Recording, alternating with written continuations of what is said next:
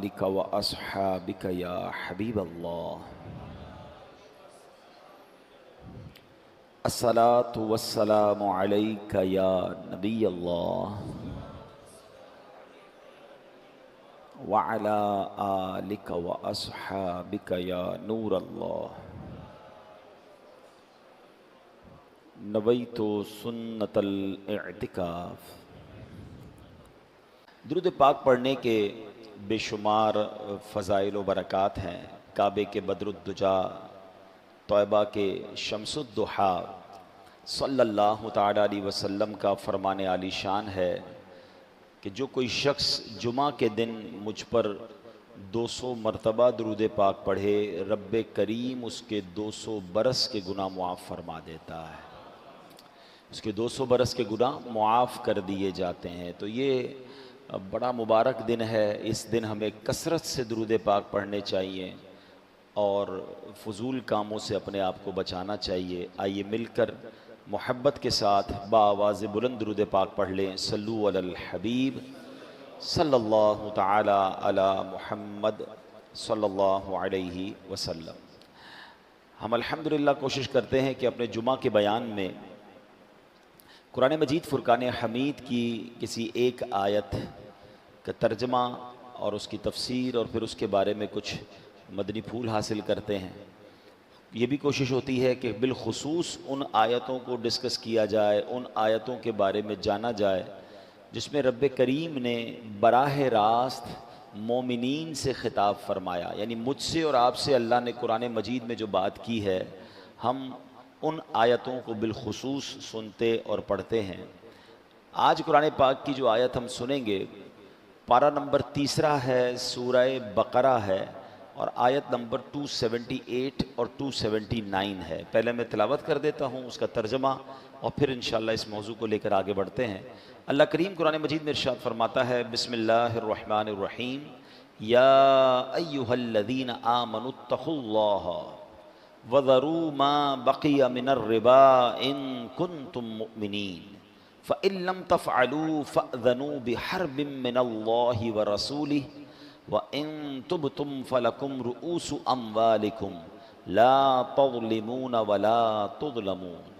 बड़ी प्यारी आयतें हैं, बहुत अहम हुक्म बयान हुआ है और बराह रास्त ईमान वालों से बात की गई है। अल्लाह ने मुझसे और आपसे कुरान में क्या बात की है, ये हमें पहले पढ़ना चाहिए, समझना चाहिए, ताकि मैसेज ऑफ अल्लाह सुब्हानहू व तआला वो डायरेक्टली मैं रिसीव भी करूं और फिर उस पर अमल करने की भी कोशिश करूं। तर्जमा क्या है इन दो आयतों का? ए ईमान आमनू, ए ईमान वालो। अब आगे फरमाया, अगर तुम ईमान वाले हो तो अल्लाह से डरो।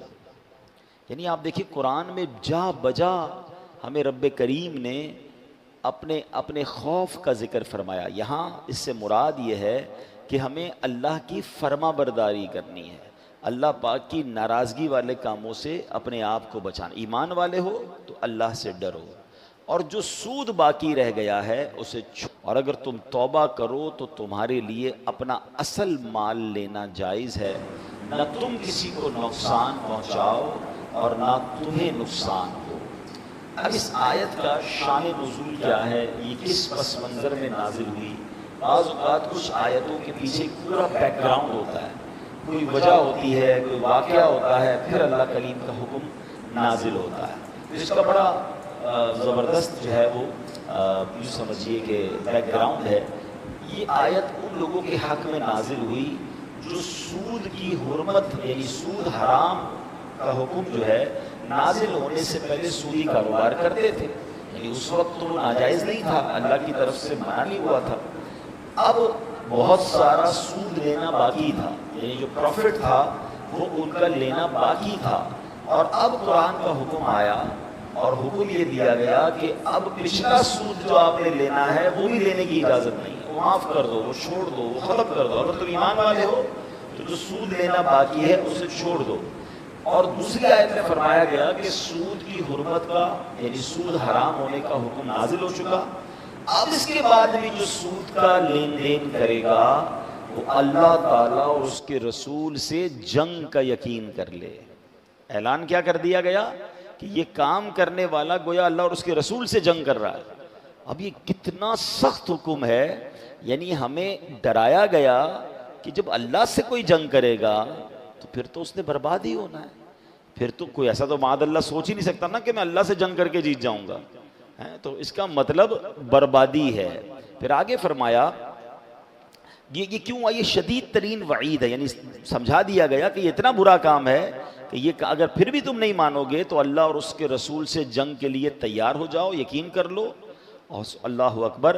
फिर फरमाया कि जिन लोगों का उस ज़माने में सूदी मामला था उन्होंने अपने सूदी मुतालबात छोड़ दिए। अर्ज़ किया कि अल्लाह ताला और उसके रसूल से लड़ाई की हमें क्या ताब, हम किस काबिल हैं। ये कहकर वो सब उन्होंने इन कामों को छोड़ दिया, उससे ताइब हो गए। मगर मेरे प्यारे इस्लामी भाइयों गौर कीजिए, आज का मुसलमान, उस ज़माने के मुसलमान, जैसे ही ऑर्डर नाजिल हुआ, जैसे ही हुक्म नाजिल हुआ, अच्छा ये एक बार नहीं हुआ, इस्लाम की अगर तारीख पढ़ें तो कई बार ऐसा हुआ, क्योंकि इस्लाम ग्रेजुअली नाजिल हुआ, वक्तन फ वक्तन इस्लामी अहकाम जो हैं, ऑर्डर ऑफ इस्लाम, वो वक्तन फ वक्तन आते गए। तो इस्लाम में एक वक्त ऐसा भी था कि शराब हराम नहीं थी, ठीक है ना, तो लोग पीते थे शराब, जब हराम नहीं थी तो उनको गुनाह भी नहीं था।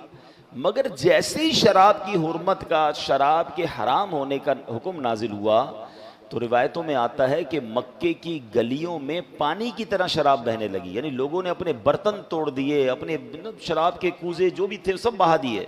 अल्लाह का हुक्म आ गया, अब हमें नहीं करना है। बिल्कुल इसी तरह सूद का कारोबार चलता था, जैसे ही ऑर्डर आ गया, जैसे ही अल्लाह का हुक्म आया, यानी आज के ज़माने के लाखों करोड़ों रुपए लोगों के निकलते थे, माफ़ कर दिए, ख़त्म, अल्लाह का हुक्म आ गया, फिनिश। ये उस ज़माने के मुसलमानों का जज्बा था। अच्छा, बड़ी एक बारीक सी लाइन है जो मैं समझाना चाहता हूँ। ये वो कौम थी जो शराब पीती थी और गुनाह भी नहीं था, ठीक है ना, आदत में भी था। ये वो कौम थी जो सूद का कारोबार करती थी और गुनाह भी नहीं था, क्योंकि ऑर्डर अभी नहीं आया था हराम का। यानी आधी लाइफ, ये जिंदगी का बहुत सारा वक्त गुजरा वो काम करते करते, हुक्म आया वो सब छोड़ दिया। हम तो जब से पैदा हुए हैं शराब हराम है ना, हम तो जब से पैदा हुए हैं, जब से आंख खोली है सूद हराम है, हमें पता है, मुसलमानों को पता है। यानी मालूम होते हुए मुसलमान शराब पी रहा है। फर्क देखिए, वो जब पीते थे वो जायज था, जब वो सूद का काम करते थे हराम नहीं हुआ था।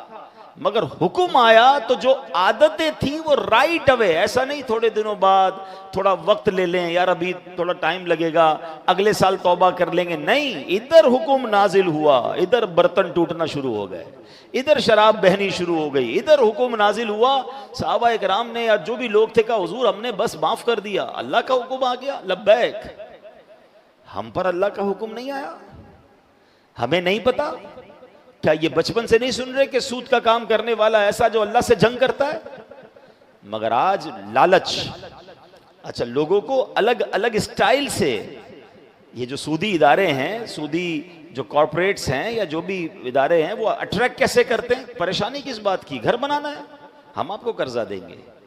मोटरसाइकिल चाहिए, हम आपको कर्जा देंगे। अच्छा गाड़ी चाहिए, हम आपको कर्जा। बच्चे की शादी, क्यों घबरा रहे हो, हम आपको कर्जा देंगे। तो फिर सूद भी तो ले रहे हैं। बंदा कहता है अभी तो काम पूरा कर लो ना, हैं, अभी तो जरा थोड़ा इज्जत रह जाए, अभी बच्ची की शादी कर लूं, अभी अच्छी गाड़ी ले लूं, अभी घर बना लूं, फिर थोड़े थोड़े करके दे दूंगा। हमने कई लोगों को बर्बाद होते देखा है, बड़े बड़े एम्पायर, बड़ी बड़ी इमारतें, बड़ी बड़ी फैक्ट्रियां हमने बिकते देखी हैं। जो बुजुर्ग बैठे हैं पूछो उनसे, हैं, पीछे से बात क्या निकलती है? तो ये सब कुछ सूद पर कायम था, ये सब कुछ हराम पर कायम था। अरे जब रब ने कुरान में वाज़े ऐलान कर दिया कि अल्लाह से जंग है, तो मुझे बताओ ना, कोई अल्लाह से जंग करके जीतेगा? बर्बादी होना है, थोड़े अरसे ऐश कर लेगा, फिर मार पड़नी है उसे। और जितने अरसे ऐश भी किया तो वो हराम पर किया ना। और आपको पता है ये किस कदर हदीसों में सूद के बारे में इसकी मजम्मत बयान हुई है। लेकिन पहले मैं एक और बात भी बयान कर दूं कि एक बात समझनी है, दो ऐसे गुनाह हैं जिन पर ऐलान जंग किया है अल्लाह ने। इन दोनों गुनाहों से हमेशा बचना। आप खुद भी बचें, अपने बच्चों को भी बचाएं। खास ताकीद करें, कभी इन गुनाहों के करीब मत जाना। बाकी गुनाह भी यकीनन गुनाह है, अल्लाह की नाराजगी है, मगर दो ऐसे गुनाह हैं जिस पे रब ने डायरेक्टली फरमा दिया कि ये अल्लाह से जंग है, इससे तो करीब भी नहीं जाना है वरना मारे जाएंगे। एक क्या हो गया? सूद हो गया। दूसरा सुने, हदीस पाक में है, बुखारी शरीफ की हदीस है, हजरत अबू हुरैरा रज़ी अल्लाह तआला अन्हु इस हदीस के रावी हैं कि ताजदार रिसालत सल्लल्लाहु तआला अलैहि वसल्लम ने फरमाया, अल्लाह ताला इरशाद फरमाता है, जो मेरे किसी वली से अदावत रखे तो मैंने उससे जंग का ऐलान कर दिया। अल्लाह अकबर। क्या पता चला? अल्लाह के वली से दुश्मनी रखना, अल्लाह उससे जंग का ऐलान करता है, और सूद का काम करने वाले से रब जंग का ऐलान फरमाता है। अब ये दो बातों से, अच्छा सूद से बचना तो वाजे यूं है कि अगर दिल पक्का है, वरना तो बंदा, अच्छा आजकल क्या हो गया है कि नई पैकिंग में शराब आ रही है, मिसाल दे रहा हूं, नई पैकिंग में सूद आ रहा है, वो कहते नहीं जनाब ये सूद नहीं है, ये तो इंटरेस्ट है, ये तो प्रॉफिट है, ये तो जनाब आपको इंसेंटिव दिया जा रहा है, ये तो जनाब आपका गिफ्ट है। इल्म तो है नहीं, हमें मालूम तो है नहीं। याद रखिए, जो कर्ज पर नफा होता है, ठीक है, आसान लफ्जों में कह रहा हूं, वैसे तो इसकी बड़ी डिटेल है, जो कर्ज देकर नफा लिया जाता है, माल के ऊपर नफा होता है, वो उमूमन सूदी होता है। हाँ, उसकी अगर कोई जायज़ सूरत है तो वो उलमा बताएंगे ना, मैं और आप तो मुफ्तियाने किराम नहीं अपनी तरफ से फैसला कर लें, यार मेरा दोस्त कारोबार कर रहा है, ऐसा करो 5 लाख रुपए ले लो, महीने के 10,000 रुपए दे देना, चलो कभी 11 दे देना, जैसी मर्जी, कभी 9 दे देना। आपस में कहते मैंने फिक्स तो नहीं किया ना, मैं कभी 10 लेता हूं, कभी 9 लेता हूं, कभी 11 लेता हूं। अरे प्यारे भाई, आपने नुकसान की तो जगह ही नहीं छोड़ी, आपने तो नफा ही नफा रख लिया ना। तो इसकी डिटेल है, ये सूद हो जाएगा बाज़ सूरतों में, और आप हराम के मुर्तकिब हो जाएंगे। अगर आप वाकई किसी के साथ इन्वेस्टमेंट करना चाहते हैं और आप चाहते हैं कि आपको जायज दफा मिले, तो शरीयत में सूरतें हैं, लेकिन मसला ये है कि हम समझते हैं कि भाई कारोबार, मेरा अब्बा से कारोबार सीखा, मेरे दादा भी कारोबारी थे, हमेशा से अच्छा कारोबार कर रहे हैं, मैं उन्हीं के स्टेप को फॉलो कर रहा हूं, मुझे क्या जरूरत है इसको चेक करवाने की। ना आपके वालिद साहब मुफ्ती थे, ना आपके दादा मुफ्ती थे, कहां से चेक करवाया आपने कारोबार?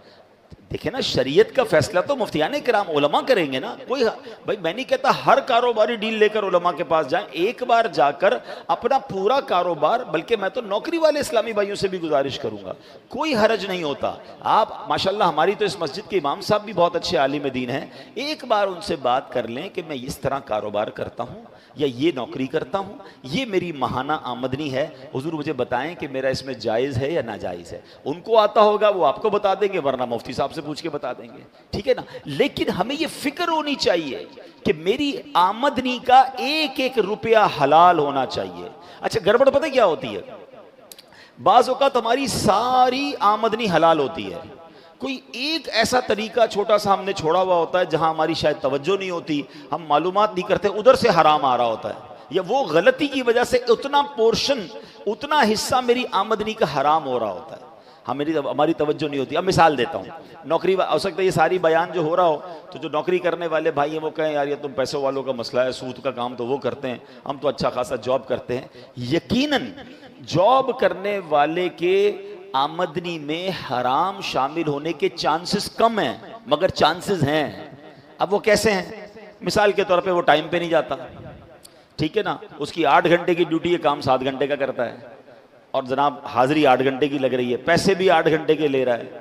और अगर आपके जो देखें, एक तो गवर्नमेंट जॉब है, उसमें तो आप किसी से माफ़ भी नहीं करवा सकते, वो तो आपको पूरे घंटे ही देने, कोई माफ़ करने का इख्तियार नहीं रखता है, तो लोगों का टैक्स का पैसा है, आपको पूरा टाइम देना पड़ेगा। यहाँ गवर्नमेंट जॉब में तो घर पे बैठ के लोग हाजिरियाँ लगा के तनख्वाह उठा रहे होते हैं, जो सारा हराम नहीं है। अच्छा, फिर उसके बाद अगर आप किसी सेठ के पास काम करते हैं और वो जनाब आपको किसी काम पर भेजते हैं और आप उस काम के साथ अपने भी काम कर रहे हैं, थोड़ा आराम भी कर रहे हैं, टाइम भी कम दे रहे हैं, बहाना लगा रहे हैं, तो जितनी देर आपने मजदूरी या काम, ये जॉब नहीं की है, उतनी देर के पैसे लेना तो हराम हो गया ना, अगर उसको पता नहीं है। आप शरीयत का हुक्म, कितनी खूबसूरत हमारी शरीयत है कि जॉब करने वाला अपने बॉस से इजाजत के बगैर नमाज के साथ नवाफिल भी नहीं पढ़ सकता, यानी क्योंकि नफल नमाज पढ़ेगा तो उतनी देर वो अपनी जॉब से काम ले रहा है ना, कम कर रहा है, इजाजत ले वरना नहीं पढ़ सकता। अब आप बताएं, जो शरीयत मुझे और आपको जॉब के दौरान बगैर इजाजत नफल पढ़ने की इजाजत नहीं दे रही है, वो जनाब अपने दोस्तों से मिलने की इजाजत, मोबाइल फोन पर घंटों बात कर रहे हैं, जो काम दिया वो काम छोड़ा हुआ है। कई लोग कंप्यूटर पे बिठाकर उनसे कोई काम लेना होता है, वो कंप्यूटर पे कुछ और कर रहे होते हैं, और जनाब आखिर में हाजिरी लगाकर तनख्वाह भी ले रहे होते हैं। तो चाहे आप जॉब कर रहे हैं, चाहे कारोबार कर रहे हैं, एक बात याद रखिए, एक नुक्ता, एक रुपया भी मेरी और आपकी रोजी में हराम नहीं आना चाहिए। अब आप कहेंगे यार हजारों रुपए कमाता हूं या लाखों कमाता हूं, थोड़ा बहुत हराम आ जाएगा तो क्या होगा। मैं आपको एक एग्जाम्पल के जरिए समझाता हूं। एक बर्तन हो और उस बर्तन में आप ठंडा मीठा दूध भर दें, एक बाल्टी लें और उसमें ठंडा मीठा दूध भर दें और उसमें 2 कतरे पेशाब के डल जाएं। अब आप वो दूध पिएंगे? ठंडा मीठा, पूरी बाल्टी ठंडा मीठा है, आप क्या कहेंगे? 2 कतरे ने इस पूरी बाल्टी को नापाक कर दिया। ऐसा ही है। तो बिल्कुल इसी तरह आपकी रोजी तो पाक है, मगर ऐसा ना हो कि थोड़े से हराम के पैसे भी हमारी इस पूरी रोजी की बरकत को हराम कर दें। और आप याद रखिए, हराम कमाने वाले की बहुत सारी नहूसतें हैं, मगर एक बड़ा प्रॉब्लम यह है कि उसकी दुआ कबूल नहीं होती है। हमारे कई लोग हमें मिलते हैं, कहते हैं यार दुआ कबूल नहीं होती, मुश्किल आसान नहीं होती, बरकत नहीं है, टेंशन बहुत है, मैं रात को प्रॉपर सो नहीं सकता, बच्चों में खुशियां नहीं है, फैमिली में बड़े प्रॉब्लम्स हैं। खुदारा चेक कर लीजिए आपकी रोजी में कहीं हराम की आमेजिश तो नहीं है। हजरत मूसा अला नबीना वालिस्सलाम ने एक शख्स को देखा जो बड़ा गिड़गिड़ा गिड़गिड़ा कर रो रहा था, या अल्लाह या अल्लाह या अल्लाह मेरी दुआ सुन ले। हजरत मूसा तो कलीमुल्लाह है ना, अल्लाह से बातें करते थे। तो आपने अल्लाह पाक से कहा या अल्लाह इसकी दुआ कबूल कर ले, ये तुझे इतना रो रो के पुकार रहा है। इरशाद हुआ, ए मूसा ये इतना रोए कि रोते रोते मर जाए, ये इतने हाथ उठाए कि इसके हाथ आसमान को छू जाएं, ए मूसा हमने इसकी दुआ कबूल नहीं करनी। अर्ज की या अल्लाह क्या वजह है? इरशाद हुआ, ए मूसा ये जो खाता है ये हराम है, ये जो पहनता है ये हराम है। अब मैं रोज़े भी रखूं, मैं नमाजें भी पढ़ूं, मैं जनाब मुकद्दस मकामात पर भी जाऊं, मैं रो रो के दुआएं भी करूं, लेकिन रोज़ी हराम है, फिर किधर से दुआएं कबूल होंगी? इबादतें भी कबूल नहीं होती। अच्छा फिर बच्चों को जो आप हराम खिलाते हैं, अच्छा लोग कहते हैं मैं इसलिए गलत करता हूं कि बच्चों के लिए कर रहा हूं, अपने लिए थोड़ी कर रहा हूं। आप गलत कर रहे हैं। जो अपने बच्चों के लिए हराम कमा रहा है, रिवायतों का यह मजमून है कि जो बॉडी, जो जिस्म हराम से बढ़ता है, हराम से पलता है, वो जहन्नम की आग में जलने के काबिल है। आप तो अपने बच्चों को जो नशोनुमा हो रही है, जो उनकी ग्रोथ हो रही है, वो हराम से कर रहे हैं। आप बच्चे के लिए दूध ला रहे हैं, बच्चे के लिए खाना ला रहे हैं, बच्चे के लिए जो भी ला रहे हैं, अगर वो हराम से है तो आप सोचें। कुछ लोग तो ऐसी जॉब तलाश करते हैं कि यार जॉब 40,000 की, ऊपर की कमाई लाखों की है। ना करो ऐसा। ये ऊपर की कमाई आप कमा तो लोगे, मगर कयामत के दिन क्या जवाब देंगे? मैंने इसी मिंबर पर बैठकर एक जुमला कहा था, आज फिर कहता हूं, काश किसी के दिल में बात उतर जाए। मैंने कैलकुलेशन की थी और मेरी इस कैलकुलेशन को आप सब समझिए। अपनी जिंदगी में अपनी कमाई का कितना फीसद मैं अपनी जात पर खर्च करता हूं? सब लोग गौर कर लें, नौकरी वाले भाई भी, कारोबारी भाई भी। अपनी सवाल क्या है? अपनी जिंदगी में अपनी पूरी जिंदगी की कमाई का अपनी जात पर, पर्सनल मेरी जात पर मैं कितना खर्च करता हूं? मैंने हिसाब किया 5%, सिर्फ 5%। बाकी किधर खर्च हो रहा है? बीवी पर, बच्चों पर, माँ बाप पर, फैमिली पर, या बंदा काफी सारा छोड़ के मर जाता है। अपने ऊपर बंदा खर्च बहुत थोड़ा करता है। हम तो बाज़ औक़ात अपने नए कपड़े भी नहीं सिलवाते, बच्चों के लिए ले रहे होते हैं। ऐसा ही है ना, हमारी ख्वाहिशात कम, फैमिली बच्चों की ज्यादा होती है। अच्छी बात है, अपने बच्चों पे लोग अच्छा खर्च करना चाहिए, मगर जो मैं सिखाना चाह रहा हूं, समझाना चाह रहा हूं, अब 100 रुपए कमाए मैंने, अपने ऊपर कितने खर्च किए? 5। जवाब दीजिए कितने खर्च किए? अल्लाह की बारगाह में जवाब कितने का दूंगा? 100 रुपए का। पॉइंट समझिए, कमाए कितने? 100, खर्च कितने किए? 5, जवाब कितने का दूंगा? अगर वो 100 हराम के कमाए, खर्च तो 5 ही किए, मार पूरे 100 की पड़नी है, अजाब पूरे 100 का मैं उठाऊं, बाकी लोग मजे करें। तो ये कितनी बड़ी बेवकूफ़ी है भाई। जब मैंने अपने ऊपर खर्च 5% करना है, मुश्किल से बहुत बहुत शौकीन आदमी है तो 10% कर लेगा, इससे ज्यादा नहीं। बाकी तो बंदा जीता ही दूसरों के लिए है। जब मैंने दूसरों के लिए करना है तो मार मैं क्यों खाऊं भाई, मैंने हलाल कमाना है। और आप यकीन करें, जिस दिन आपने तय कर लिया ना मैंने हलाल कमाना है, अल्लाह ने आपके लिए रास्ते खोल देने हैं।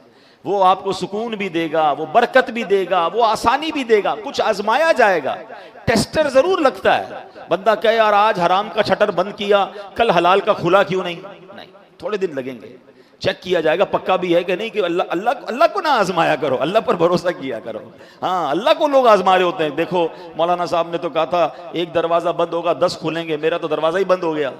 कुछ आजमाया जाएगा, गलत किया था उसकी सजा नहीं मिलेगी। इतने दिन तक रिश्वत खाते रहे, सूद खाते रहे, शराब का काम करते रहे, कोई सजा नहीं मिलेगी।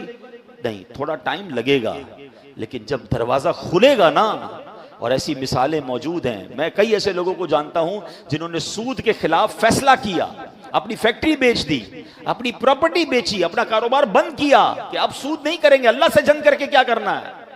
अल्लाह ने उनको पहले से अच्छा खड़ा कर दिया, उनके काम और अच्छे हो गए। और फिर जब दुआएं कबूल होने की बात हो रही है ना, कि हराम वाले की दुआ कबूल नहीं होगी, तो बड़ा खूबसूरत सवाल एक बार हजरत साद बिन अबी वक्कास रदी अल्लाह तआला नबी पाक से किया था। हजरत साद बड़े कमाल के सहाबी हैं, मैं आपको बताऊं, ये अशरा मुबशरा में से हैं। He is one of those 10 सहाबा किराम जिनको अल्लाह के नबी अलैहिस्सलाम की ज़बान मुबारक से जिंदगी ही में जन्नत की बशारत मिली थी। वैसे तो हर सहाबी ये नबी जन्नती है, मगर ये वो 10 सहाबा हैं जिनको नबी पाक ने अपनी जबान से फरमाया था कि ये जन्नत में है, ये जन्नती है। तो हजरत साद ने एक बड़ा कमाल का सवाल कर लिया, कहा या रसूल अल्लाह सल्लल्लाहु अलैहि वसल्लम, मैं मुस्तजाबुद दावत बनना चाहता हूं। आए हाय, मुस्तजाबुद दावत पता है किसको कहते हैं? जो दुआ मांगे वो दुआ कबूल हो जाए, इससे अच्छी क्या बात है। कितना कमाल की बात है। अच्छा, नबी पाक अलैहिस्सलाम ने कोई बहुत तवील जवाब नहीं दिया कि ऐ साद इतने रोजे रखो, इतनी नमाजें पढ़ो, इतने सजदे करो, इतने खत्म कुरान करो, तब जाके तुम मुस्तजाबुद दावत हो जाओगे। No, only one liner answer, एक जुमले में मेरे आका ने जवाब दिया। फरमाया ऐ साद अपनी ग़िज़ा पाकीज़ा कर लो, तुम मुस्तजाबुद दावत बन जाओगे। हाय हाय हाय, मेरी ग़िज़ा पाकीज़ा, मेरी रोजी हलाल, अब दुआएं कबूल। अब मुझे बताओ मसला क्या रहेगा। हम पैसों से मसला हल करने जाते हैं और पैसे हराम कमा लेते हैं। पैसे हलाल कर लो, रोजी हलाल कर लो और हाथ उठाना शुरू कर दो ना, ए अल्लाह बीमारी दूर कर दे, नहीं है इलाज के पैसे, अल्लाह थोड़े मगर हलाल हैं, इतने बड़े हॉस्पिटल में नहीं जा सकता। मगर जब आप मुस्तजाबुद दावत बन जाओगे तो मेरा रब बगैर दवाई के शिफा देने पर कादिर है। मेरा रब बगैर किसी एफर्ट के आपकी मुश्किल दूर, आपको लगता है पहाड़ जितनी मुश्किल है, मेरे रब के लिए क्या मुश्किल है। इन्नल्लाह अला कुल्लि शैइन कदीर, ये वो रब है जब चाहता है तो हजरत मूसा के लिए दरियाए नील रास्ते दे देता है। ये वो रब है जब अपनी कुदरत का नजारा दिखाता है तो बहुत बड़ी आग जो होती है हजरत इब्राहिम के लिए बाग बना देता है। वही मेरा रब है जब वो चाहता है हजरत यूसुफ को अंधेरे कुएं से निकालता है और मिस्र का बादशाह बना देता है। मुझे लगता है मैं कुएं में फंस गया हूं, मुझे लगता है मेरे सामने आग खड़ी है, मुझे लगता है आगे गमों का दरिया है, रास्ता नहीं है। अल्लाह पर भरोसा करके अल्लाह की तरफ बढ़ जाएं, हराम छोड़ दें, वो रब रास्ते भी निकालेगा, वो आग को बाग भी बनाएगा और आपको गमों के कुएं से निकालकर खुशियों के उजाले में दाखिल कर देगा। असल चीज वो भरोसा चाहिए। शायर मशरिक ने कहा था ना, अगर आज भी हो इब्राहिम सा ईमान पैदा, the condition is only one, ईमान नहीं है ना, वो वाला अल्लाह पर भरोसा नहीं रहा है। अगर आज भी हो इब्राहिम सा ईमान पैदा, आग कर सकती है अंदाजे गुलिस्तां पैदा, आज भी आग गुलजार बन सकती है। तो बहरहाल मेरे प्यारे इस्लामी भाइयों, आज कुरान पाक की जो हमने आयत सुनी है उसमें सूद की हुर्मत, सूद कितना बड़ा गुनाह है, और सूद का काम करने वाले को अल्लाह ने फरमाया फिर अल्लाह से जंग के लिए तैयार हो जाओ, अगर नहीं छोड़ना है तो तैयार हो जाओ। हदीसें भी सुन लीजिए, प्यारे आका अलैहिस्सलाम फरमाते हैं जिस कौम में सूद फैलता है उस कौम में पागलपन फैलता है। नबी पाक अलैहिस्सलाम ने फरमाया कि 7 चीजों से बचो जो तबाह करने वाली है। सहाबा किराम ने अर्ज़ की या रसूल अल्लाह सल्लल्लाहु अलैहि वसल्लम वो 7 चीजें कौन सी हैं? इरशाद फरमाया शिर्क करना, जादू करना, उसे नाहक कत्ल करना जिसका कत्ल करना अल्लाह ने हराम करार दिया है, जो मुसलमानों को कत्ल कर देते हैं बिला बिला किसी शरई वजह के। नंबर 4 फरमाया सूद खाना। नंबर 5 यतीम का माल खाना। नंबर 6 जंग के दौरान मुकाबले से पीठ फेर कर भाग जाना, ये जिहाद के मामलात के वक्त। और नंबर 7 पाक दामन शादीशुदा मोमिन औरतों पर तोहमत लगाना। ये 7 ऐसे गुनाह फरमाए जो तबाह कर देने वाले हैं।